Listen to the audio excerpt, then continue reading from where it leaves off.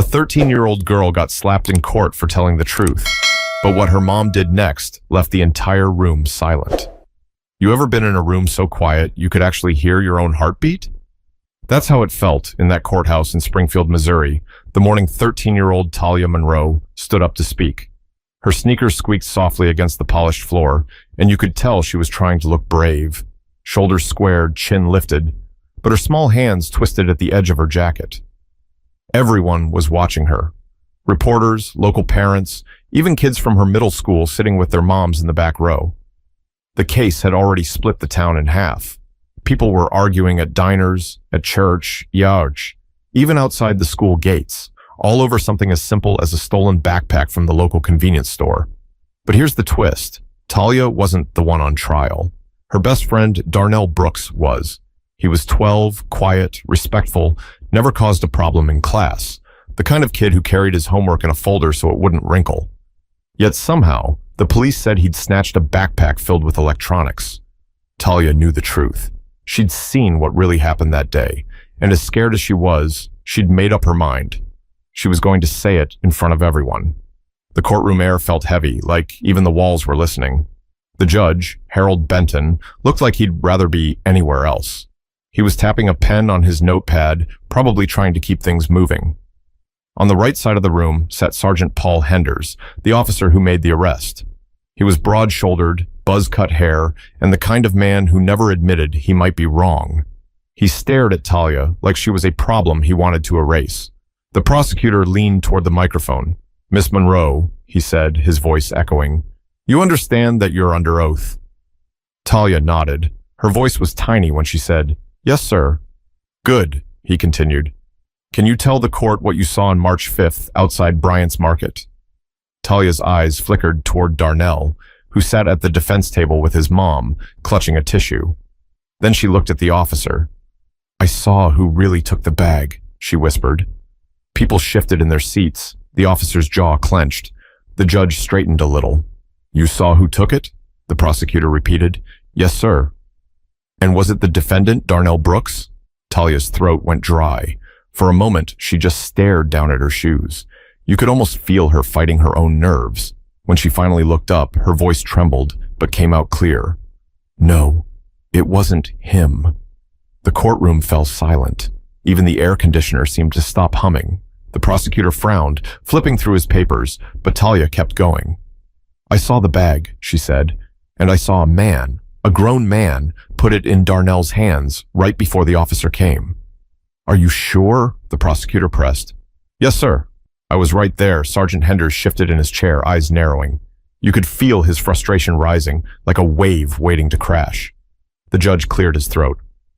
"Sergeant Henders," he said slowly, "this child's testimony. Does any of this sound familiar?" The officer forced a smile that didn't reach his eyes. "Your Honor, with all due respect, this is a 13-year-old girl. Kids make mistakes. They think they see things they don't." The way he said it, sharp, dismissive, made something twist in the pit of your stomach. But Talia didn't back down. She looked right at him and said, "I know what I saw." For a second, the entire room froze. The words hung there, small but powerful.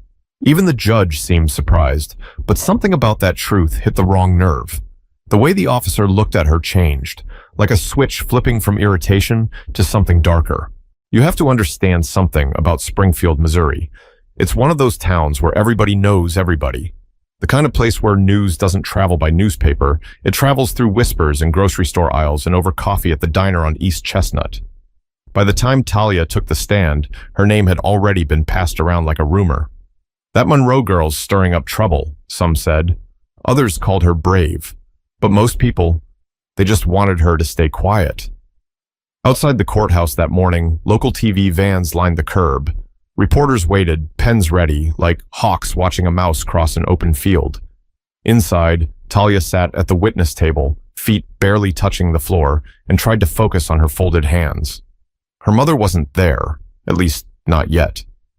Everyone knew Camille Monroe worked overseas, but no one really knew what she did. People said she was some kind of government contractor. Nobody guessed the truth. At the defense table, Darnell's mom, Ms. Brooks, was quietly praying, her lips moving without a sound. Her son kept his eyes down, his shoulders tight. He hadn't spoken once since the trial began. The judge asked the bailiff to pass Talia a glass of water. She took a small sip, hands trembling. You could see the weight she carried, not just the fear of speaking, but the burden of knowing people didn't want to hear her truth. "Miss Monroe," said the defense attorney, a tall woman with tired eyes named Leah Porter, "you said earlier that you saw a man give Darnell the backpack. Could you describe that man?" Talia hesitated. "He was wearing a police uniform," she said softly. The whole courtroom gasped.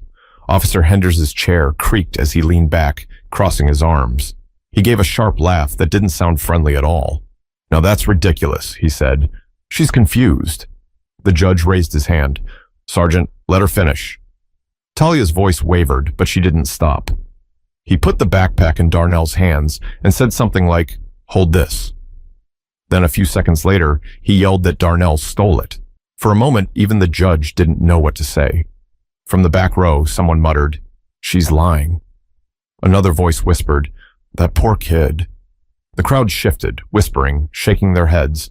It felt like the whole town was sitting in judgment, not just of the boy, but of her. Talia glanced at the jury. Some looked sympathetic, others skeptical. One woman had her arms crossed, lips tight, like she'd already made up her mind. The defense attorney spoke carefully. "So you're saying Sergeant Henders was the one who—" Before she could finish, Henders slammed his hand on the table. "This is nonsense," he barked. "She's just a kid trying to protect her little friend." The judge's gavel came down hard. "Order in the court!" Talia flinched at the sound, but she didn't cry. She just stared at the officer, her small voice breaking the silence again. "I'm not lying." There was a long pause. You could feel it, the tension thick in the air. The judge rubbed his forehead. "Miss Monroe," he said, "do you understand the seriousness of what you are claiming?" "Yes, Your Honor." Her voice was barely above a whisper, but her eyes stayed steady. The judge nodded slowly. "Very well. Continue." But on the other side of the room, Henders was already seething. You could see his hands clench, his jaw tightening, his pride unraveling one word at a time.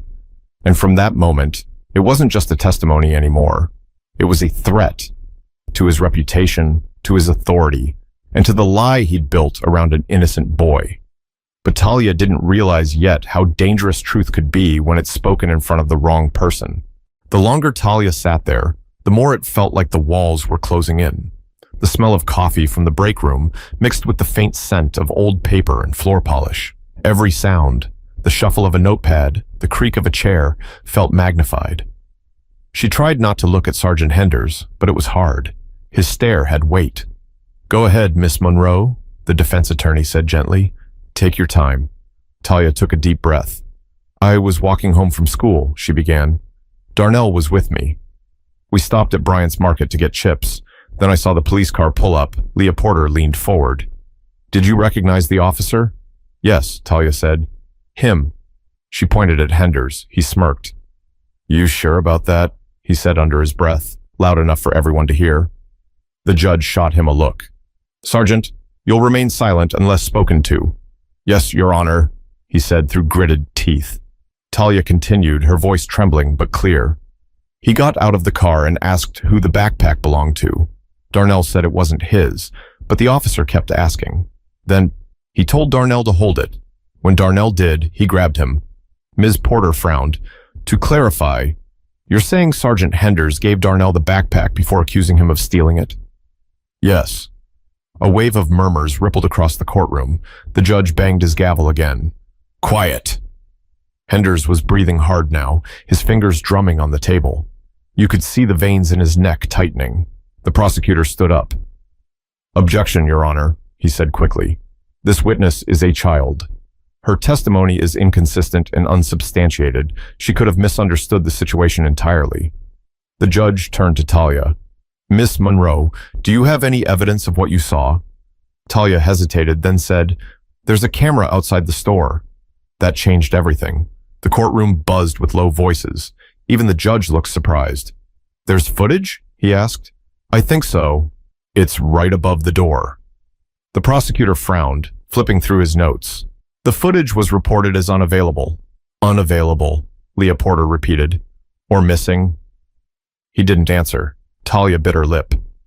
I saw the red light blinking, she said. It was recording. The silence that followed was heavier than before. The judge leaned back in his chair, glancing at Henders. Sergeant, he said slowly, do you recall whether the store camera was operational? Henders's eyes flickered, just for a second. Not to my knowledge, Your Honor. But that single flicker didn't go unnoticed. From the defense table, Ms. Porter wrote something on her notepad and slid it toward her assistant. The paper said one word, check. Talia swallowed hard. She could feel her heartbeat again, loud in her ears. The judge called for a short recess, saying he needed to review some evidence. As people stood and shuffled toward the exit, Talia stayed seated, frozen. Officer Henders walked past her table on his way out. He didn't say a word, but as he passed, he muttered just low enough for her to hear, You should have kept quiet. Talia's stomach dropped. She didn't know what to say, so she just stared at the floor. Her small fingers clenched around the edge of the witness table until her knuckles turned white. But even then, even with her fear pressing down on her, something inside her refused to break. She knew what she saw, and she wasn't taking it back. When the recess ended, the judge returned with a tighter expression. All right, he said, we'll proceed. The prosecutor called Talia back to the stand. His tone had changed now, less polite, more probing. Miss Monroe, he said, pacing slowly, you've said a lot of serious things today. Do you understand that lying in court can lead to punishment? Yes, sir, she said. So you're standing by your claim that Sergeant Henders placed the backpack in the defendant's hands before accusing him? Talia looked straight ahead. Yes, because that's what happened. The prosecutor leaned in, voice low and firm. And you're not just saying this because Darnell is your friend? Her eyes filled with tears, but she shook her head. No, I'm saying it because it's the truth. The judge watched quietly, his fingers tapping the gavel handle. Across the room, Henders's face turned red. You could tell he was about to explode. But what nobody realized was that the worst moment of the day hadn't even happened yet. It was still building, just beneath the surface. The afternoon sun leaked through the tall courthouse windows, cutting strips of light across the wood-paneled walls. Everything felt still, too still, like the entire room was holding its breath. Talia sat back down in the witness chair, her shoulders trembling slightly, but she never looked away from Sergeant Henders. The judge motioned for everyone to continue. Let's proceed, he said. The prosecutor walked slowly toward her. Talia, he said, his voice smooth but sharp underneath, you've told us that Sergeant Henders handed Darnell the backpack before accusing him. But you're 13. Do you really think you understand what you saw that day? Yes, sir, she said. I understand. He smiled, a condescending smile, and turned toward the jury. She's young. Impressionable. Sometimes children mix up details. It's not lying, it's confusion. Talia's voice cut through the air, trembling but strong. I didn't mix it up. That sentence hung there. People turned to look at her. She wasn't yelling, but her tone had a firmness that caught everyone off guard. Officer Henders shifted in his seat, jaw tightening. His hands gripped the armrest, like he was trying to keep himself from doing something. The prosecutor cleared his throat. No further questions, he said. The judge nodded. Thank you, Miss Monroe. You may... Actually, Henders interrupted, standing suddenly. Your Honor, may I ask the witness a question? The judge looked unsure. Sergeant, that's not standard procedure. It'll just take a second, Henders insisted. Just one question. The judge hesitated, then sighed. One question. Henders stepped closer to the stand. He didn't even look at the judge. His focus was entirely on Talia. You said, he began, his tone controlled but heavy, that you saw me hand over that backpack, right? Talia nodded, voice small. Yes, sir. Funny, he said, tilting his head, because nobody else saw that. Not one person. Not the store owner, not the customers, not even your little friend. I was there, she said softly. He took another step closer. And you're absolutely sure? Yes. You're calling me a liar then? She hesitated, but she didn't look away. If that's what it means to tell the truth. A low murmur spread across the courtroom. Someone whispered, "She's got guts." Another said, "She's crazy." Henders's face darkened. "You're saying I lied in my report? That I framed that boy?" Talia's voice cracked. "Yes." And that was it. The breaking point. Before anyone could react, Henders slammed his hand down on the witness table and leaned in close. "You don't know what you're talking about," he shouted. His voice echoed through the courtroom, bouncing off the walls. The judge pounded his gavel. "Sergeant, that's enough." But Henders wasn't hearing him. His face twisted with anger. Not the kind that passes quickly, but the kind that explodes after being bottled up too long. He raised his voice again, spitting his words like they were poison. "You think you can come in here, make up stories, and ruin a man's career?" Talia's lip quivered. "I didn't make anything up." The judge stood, shouting, "Sergeant Henders, step back." But he didn't step back. He took one more step forward, and in one horrifying instant that nobody could have imagined, his hand shot across the table. The sound of the slap cracked through the courtroom like a whip. Gasps filled the air. The room froze. Talia's head snapped to the side, her cheek instantly turning red. For a second, she didn't even move. She just sat there, wide-eyed, the imprint of his hand clear against her skin. The bailiff dropped the folder he was holding. The judge's mouth hung open. Nobody moved. Leah Porter was the first to react. "Oh my God!" she screamed, rushing toward Talia. "He hit her!" "He hit her," the judge shouted. "Bailiff, get him out of here!" The bailiff grabbed Henders by the arm, but he resisted, his face twisted in fury. "She's lying." "You don't understand." The bailiff shoved him back. "Enough, Sergeant!" The courtroom erupted into chaos. People were shouting, reporters were scrambling for their phones, and somewhere in the crowd, someone yelled, "Arrest him!" Talia sat still, her breathing shallow, one tear slipping down her cheek. Miss Porter knelt beside her. "Talia, sweetie, look at me." "Are you okay?" Talia didn't answer. Her small hands clutched the edge of the seat, her body frozen. The judge called for an emergency recess, slamming his gavel over and over. "Clear the courtroom! Now!" The crowd poured out through the double doors, leaving behind a room that felt like the air had been punched out of it. Henders struggled against the bailiff, yelling, "I didn't mean to. She was lying." "You can't." But his words didn't matter anymore. Nobody was listening. And just when it seemed like everything was falling apart, when the last of the noise faded and the courtroom sat in stunned silence, the heavy doors at the back creaked open. Every head turned. A tall woman stepped inside, dressed in black, her heels echoing across the floor. Her face was calm, but her eyes told a different story. Because when Camille Monroe walked into that courtroom, every single person in that room knew the storm wasn't over. It was just beginning. The air inside the courtroom seemed to freeze the moment Camille Monroe stepped through the doors. The whispers died instantly. Even the reporters, who had been ready to record every second of the chaos, lowered their cameras as if something about her presence demanded respect. She wasn't wearing a uniform, but there was something unmistakable about her. A quiet authority, a sharpness in her posture. Her black blazer was buttoned neatly, her ID badge clipped to her belt, the faint outline of a communication earpiece still behind her hair. She had just stepped off a plane, still carrying the faint smell of jet fuel and rain. Talia didn't see her mother at first. She was sitting on the witness chair, trembling, her cheek glowing red from the slap. The defense attorney was still by her side, gently trying to get her to breathe. But when Camille saw her daughter's face, that bruise forming beneath her eye, her calm shattered for half a second. "Who hit my daughter?" Her voice wasn't loud, but it carried through the courtroom like a gunshot. Everyone turned. The bailiff stammered, "Ma'am, please." Camille's eyes locked on Sergeant Henders, who was still half restrained by another officer, his face drained of color. "You did," she said quietly. Henders swallowed hard. "Ma'am, she..."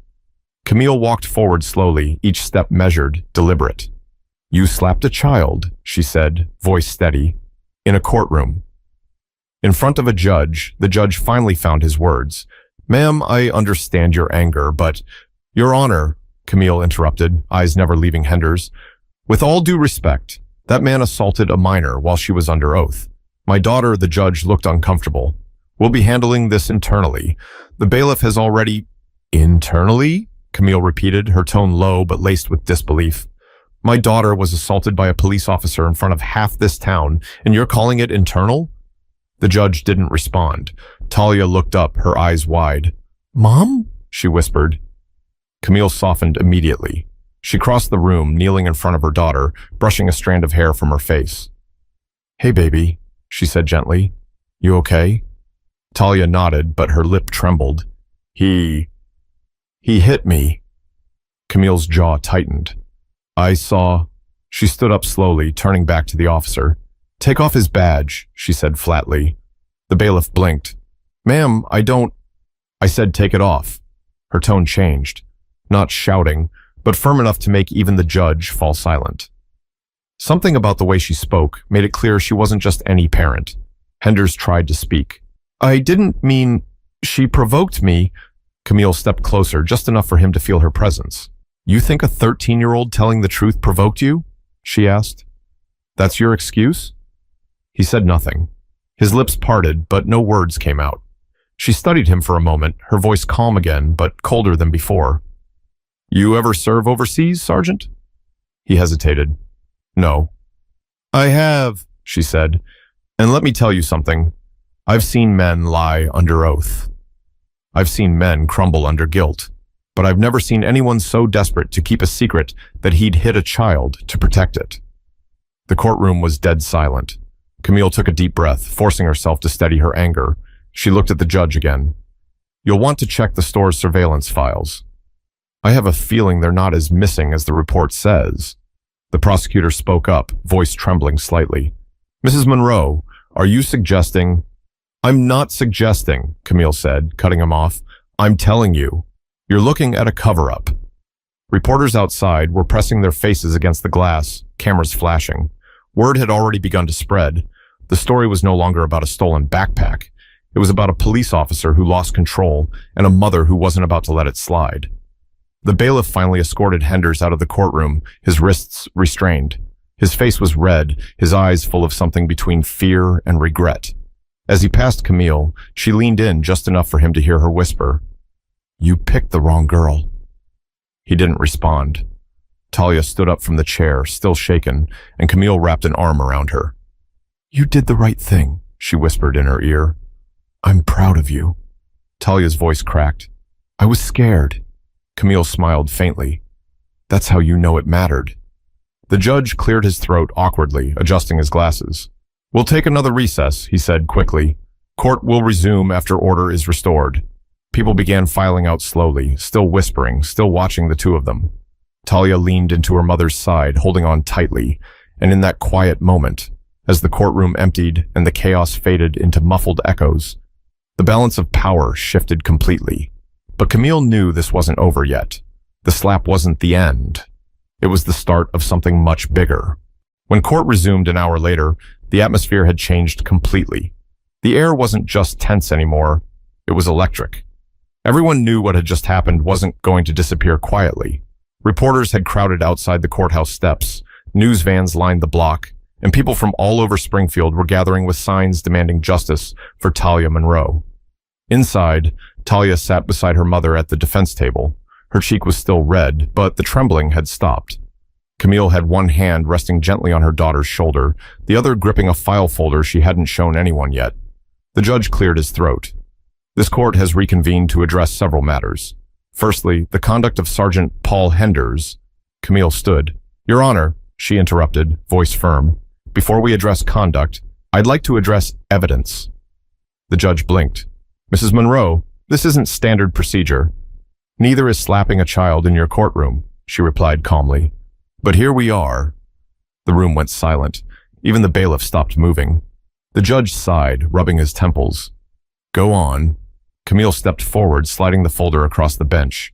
This is footage from Bryant's Market, March 5th, 3:42 p.m. It's the exact time my daughter said the incident happened. The prosecutor's head snapped up. That footage was reported as missing. I know, Camille said, because someone signed off on removing it. The judge frowned. How did you get this? She met his gaze. Let's just say I have friends who know how to find what's been erased. No one needed her to say where she worked. The confidence in her voice said it all. The judge nodded slowly and gestured for the clerk to play the footage. The room went dark as the video appeared on the projection screen. The grainy camera angle showed the front of Bryant's Market. A few people were walking by. Darnell stood near the door holding his backpack. Then Sergeant Hender's patrol car pulled up. He stepped out, talking on his radio. The whole courtroom leaned forward. The officer approached Darnell, said something, and then, clear as day, he handed the boy a black backpack. A few seconds later, he turned to the camera and shouted, "Stop! Thief!" before grabbing Darnell by the collar. The room erupted. People gasped. One woman started crying. The prosecutor's face drained of color. The judge slammed his gavel. "Order! Order!" Camille crossed her arms. "That's the truth. My daughter was punished for speaking." The prosecutor stammered, "Mrs. Monroe, this is unbelievable." "No," she said coldly. "This is America. And I want to know how a video that could have proven a child's innocence just vanished from evidence." The defense attorney, Miss Porter, stood, her voice shaking. "Your Honor, at this point, the defense moves for a full dismissal of charges against my client. The evidence clearly supports the witness's testimony." The judge nodded, looking pale. "Motion granted." He banged the gavel again. "Case dismissed." Darnell's mother burst into tears, clutching her son. People clapped, cried, shouted, "Thank you!" But Camille didn't smile. She wasn't celebrating. Her eyes were locked on the prosecutor and the few remaining officers in the room. "Someone covered this up," she said quietly, "and I'm going to find out who." The judge started to say something, but he caught the look in her eyes, the kind of look that made grown men second-guess their next words. Talia looked up at her mother. "Mom, are you in trouble for getting that video?" Camille smiled softly. "Not as much trouble as the people who tried to hide it." Reporters were waiting in the hallway, flashing cameras and shouting questions. Camille shielded Talia with her arm as they stepped out. "Mrs. Monroe, is it true you're with the CIA?" someone shouted. Camille didn't answer. She just kept walking. Talia held on tighter. "Everyone's looking at us," she whispered. "Let them," Camille said quietly. "Sometimes the truth needs an audience." They walked down the courthouse steps together, the crowd parting around them. Flashbulbs popped, microphones reached toward her, but Camille didn't stop until they were at her car. She opened the door for Talia, then turned back toward the courthouse one last time. Inside those walls, men were scrambling. Officers whispering, lawyers panicking, reputations collapsing. But Camille wasn't interested in revenge. Not yet. She wanted something deeper. Accountability. As she started the car, Talia turned to her, voice barely a whisper. "You're not mad at me, right?" Camille looked at her, surprised. "Mad at you?" "Baby, you did what most adults can't. You told the truth when it mattered most." Talia's eyes welled up again. "It hurt, Mom." "I know," Camille said gently. "The truth usually does." For a few seconds, neither of them spoke. The sound of the rain outside filled the silence. Then Camille reached over, squeezing her daughter's hand. "You remember what I used to tell you when you were little?" Talia nodded slowly. "That courage isn't the absence of fear. It's doing what's right, even when you're scared." Camille smiled. "Exactly." The car pulled away, leaving behind flashing lights and reporters shouting questions that no one could answer. Not yet, anyway. But deep down, Camille knew the story wasn't finished. The cover-up ran deeper than one corrupt officer, and she was just getting started. By the next morning, the story had exploded across national news. The headline read, "Police Sergeant Assaults 13-year-old Witness. Evidence Reveals False Arrest." Springfield wasn't used to that kind of spotlight. Protesters gathered outside the police department, demanding answers. Talk radio hosts debated it non-stop. For the first time, the town's secrets weren't staying buried. Inside her small kitchen, Camille sat at the table, scrolling through her phone. News clips played back the slap in slow motion, over and over again. Her jaw clenched every time she saw it, not because she couldn't handle it, but because she hated knowing her daughter had been treated like that. Talia sat beside her, wearing one of Camille's oversized sweatshirts. "Are they still talking about it?" she asked. Camille nodded. "They will for a while." "Are they mad at me?" Camille looked up. "No, baby. They're mad at what happened. And that's not the same thing, Talia hesitated. Mom, are you gonna do something? Camille exhaled. I already am. Before Talia could ask what she meant, a knock came at the door.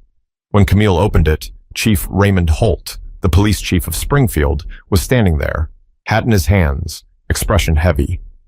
Mrs. Monroe, he said quietly, may I come in? She stepped aside, but her eyes stayed sharp. That depends, she said. Are you here to apologize or to make excuses? He looked down. Maybe both. Camille folded her arms. Then you can start with the first one. Chief Holt sighed. What happened yesterday? It was unacceptable. I've already put Henders on administrative leave. Internal Affairs is involved. Administrative leave? She repeated. He assaulted a child. I understand. No, she cut in, voice low and steady. You don't. You didn't see her face when it happened. You didn't hear the sound it made. Holt looked ashamed. Mrs. Monroe, I've been in this job 30 years. I've seen things go bad before, but this was different. It's like he snapped. Camille nodded slowly. You're right. He did. But people don't just snap like that without a reason. He hesitated. What are you implying? She leaned forward. That your department's been hiding more than one bad report. And I think you know it. Holt's face hardened. You can't accuse us of that without proof. Camille smiled slightly. Who said I don't have proof? She walked to the counter, pulled a small flash drive from her pocket, and handed it to him. Every deleted file from Bryant's market security system, along with 3 internal memos written by your officer, claiming he'd confiscated evidence that didn't exist. Holt took the drive, staring at it. How did you get this? Let's just say the CIA doesn't like dirty cops either, she said. He blinked. You're serious? I'm always serious. For a moment, neither of them spoke. Then Holt said quietly, You just started a war, Mrs. Monroe. She didn't flinch. No, I ended one. The war started the moment your officer thought he could silence a little girl for telling the truth. The chief nodded slowly. I'll make sure the right people see this. Do that, she said, and make sure you remember what side you're on when this hits Washington. He left quietly, the door closing behind him. Talia, who'd been listening from the hallway, walked in. Mom, what's going to happen now? Camille turned, kneeling down so she was eye level with her daughter. Now, people are going to have to choose, she said softly. They'll either protect the truth or protect their comfort. Talia looked unsure. That sounds scary. It is, Camille said, but it's necessary. Later that night, Camille sat alone at the kitchen table, staring out the window as rain pattered softly against the glass. She pulled out her phone, opened a new contact labeled Director Nolan, Langley HQ, and typed a short message. Evidence secured. Small town cover-up confirmed. Proceeding carefully. For my daughter's sake. She hit send and sat back, letting out a long breath. For the first time in a long while, she didn't feel like an agent, or an investigator, or a strategist. She just felt like a mom.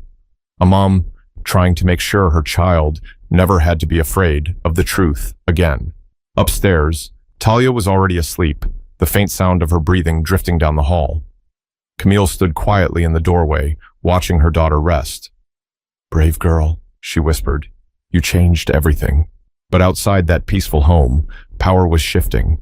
Someone high up didn't like that a CIA agent had exposed one of their own. And Camille knew, deep down, this was far from over.